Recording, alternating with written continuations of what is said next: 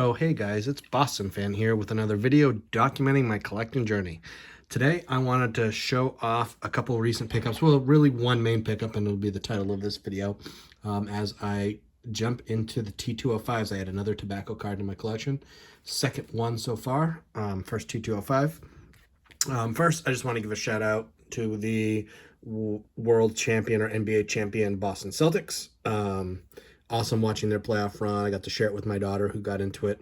So when they won game 3, I picked up these two cards on eBay, the Tatum rookie and the Brown rookie. I don't collect basketball a whole lot, but I figured I needed a representation of the newest Boston champions in the collection. My daughter thinks they're really cool to have the rookie cards, so I picked those two up.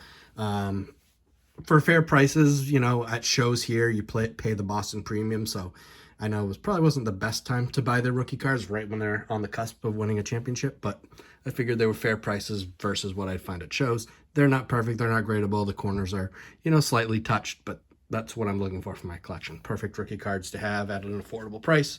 Great to add them to my rookie card collection. But I wanted to make this video today, sorry, because I bought my first T205 card, and I just wanted to talk about it a little bit because I brought this up during Hobby Palooza, and I just wanted to kind of talk about the card that I bought. So first, I'll show the card. It is a T205 Red Sox card of Bill Kerrigan. So there's the front. It is a buyback card. And there's the back. So it's encased, Topps encased it in like a, it feels like it's got plastic covering on both sides. No other information. It says Topps 206. So Topps in 2002 bought around 4,400 cards, tobacco cards, supposedly T206s, but there were T205s in the lot, and they must have bought a bunch off an auction house or something, with the idea of putting them as buybacks into a Topps 206 product. And I think they did it in 2002, and they released some in 2003 as well. I first learned about these from Jason at Poor Man Stack. And so I've wanted Kerrigan for a while. I wanted that to be my first T206 card, actually, but his T206 is kind of on the uglier side in the range of cards. It's a pretty poor picture of him, and then the red background just doesn't mix well. So I ended up getting my Jake Stahl, which I've shown a couple times on this channel. But this spring I came across the T205s and found a Kerrigan. And I think the card looks really cool. Now, I wanted Bill Kerrigan for several reasons. First, he was the manager of the 1915 and 1916 World Series champion Red Sox. So in my never-ending quest to build a Boston-based collection, first and foremost, I dabble in a ton of other stuff, but Boston and Boston sports is my first passion and my first focus. So I'm always looking to curate that kind of collection and add to representing its history. So I've wanted him for a while. Two-time World Series manager, not matched till Terry Francona last decade or 2 decades ago now.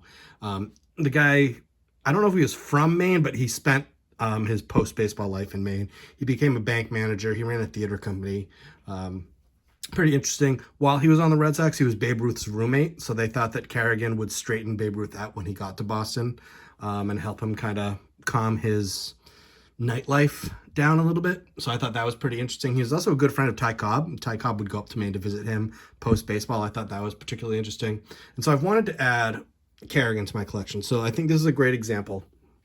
Now, with the T205s, what I've learned, a couple cool things. First, the borders are really tough. Like anything that I've found on T205s is you're going to see, I don't know if it's chipping or just wearing of the edges. Maybe that's chipping. I don't know. So that's pretty common. So I wasn't so worried about the whiting on the borders. I don't know that you're going to find a T205 without it.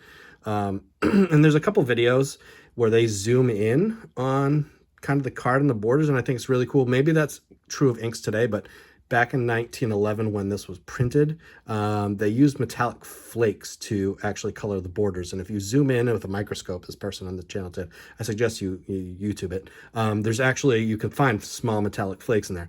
And they look gold, and I thought that was cool, but they're actually copper flakes. And I don't know if you can get there is a small shine to it. I don't know if I'm catching it quite. But there's copper flakes in that ink, and I think that's just kind of neat. a little bit different than the dye-based inks that we have now. And T205s were also the first tobacco cards that had, as far as I've seen in my research, actual biographies of the players. And I don't know why they went away from that in the T206 product, because I think it's pretty cool. And you still got the Piedmont ad there. But it talks about how he went to Holy Cross, and then he came up through the Eastern League in Toronto to Boston. Now, in this buyback, the card is movable in there. So, whatever. So I bought the buyback. I've seen some graded ones in the 115, 125, 150 range. I got this for just over $80. And I figured that was a great deal, considering that with the buyback, Topps is essentially certifying this as authentic, which is pretty good to me, and I'm going to discuss that in a minute. The card itself is in fair condition. There is a big crease in the corner, and at first that bothered me, but after seeing it, honestly, to me, it just feels like it adds character to the card and adds a bit of age to it. It doesn't really go through the back.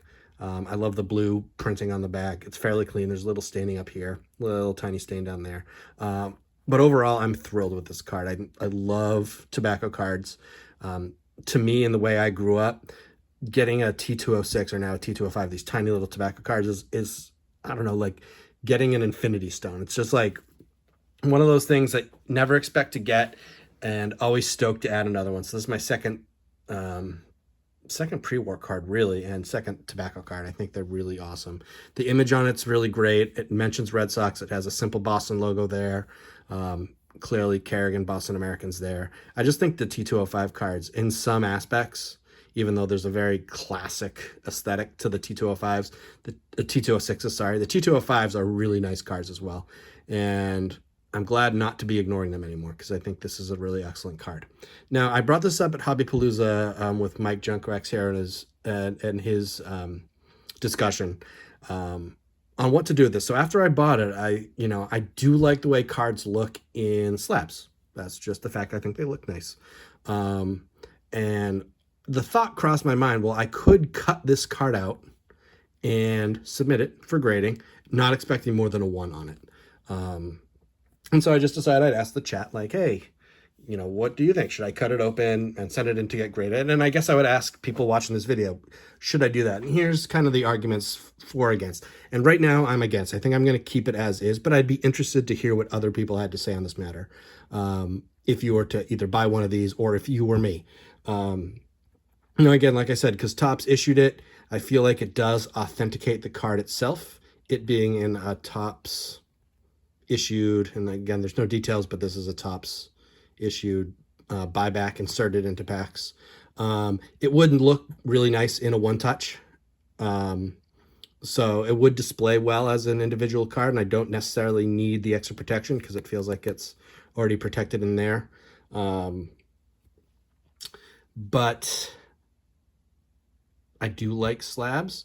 And the only thing, and here's something, so I did some research on it. That's where I got like the 4,400 cards as a spec to what Topps bought. This does say 206, but they did put 205s in the 206s. Again, quality control being what it is at Topps. Not a surprise. But about 15 years ago on Net 54, a user admitted to cutting open, I think it was between 60 and 80. I think it was around 80. Cutting open 80 of these cards and either inserting lesser players or worse condition cards or fakes. And I'm not sure which it is. I don't remember. But he admitted, he came on, admitted what he did. And there were a couple posts about it. So that, again, puts into question, well, should I cut it open and grade it? Now, I've inspected the card pretty well. I don't see any cuts or like where there would be an issue with, like if he was trying to glue it back down, if this happens to be one of them. It looks extremely straight and narrow to me, flat. There's no marks, I don't know if I'm getting it, but there's no marks on the plastic casing to indicate that it's been bent in any way. So I'm fairly confident that this is not one of those, however many Topps released, those 80 that guy altered. I'm pretty confident that this is not, but there is, of course, that, 80 out of 4,400, whatever, you can do the math, I'm not going to, chance that it is one of the ones that he altered and switched out the cards. So where I stand right now, this is going to go upstairs into my collection. It's going to be put in a one touch, then in a superior fit sleeve, and it's going to go into my vintage collection. But I just wanted to bring it up. One, I know Poor Man Stack has a bunch of these, but if anybody else has any of these buybacks, what do you do with them? Do you ever break them out? Do you know someone who's broken them out and submitted it? Again, this wouldn't get a high grade, a 1, maybe a 2 on a lucky day. But it also offers a second peace of mind. It does display in a different way. So I'm just curious. I'm super stoked to own the card itself. I think it's a great picture of an historic Boston player, two-time World Series champion manager, Babe Ruth's room. It's just awesome. It's just such a cool card to have. I love that it says Red Sox on it. I love how clear his name is on the back. I love the bio on the bottom. I love the bio on the back. So that's my newest pickup. I think I got a great deal on it, paying only $80, 83 something for it. Seemed to me like a steal.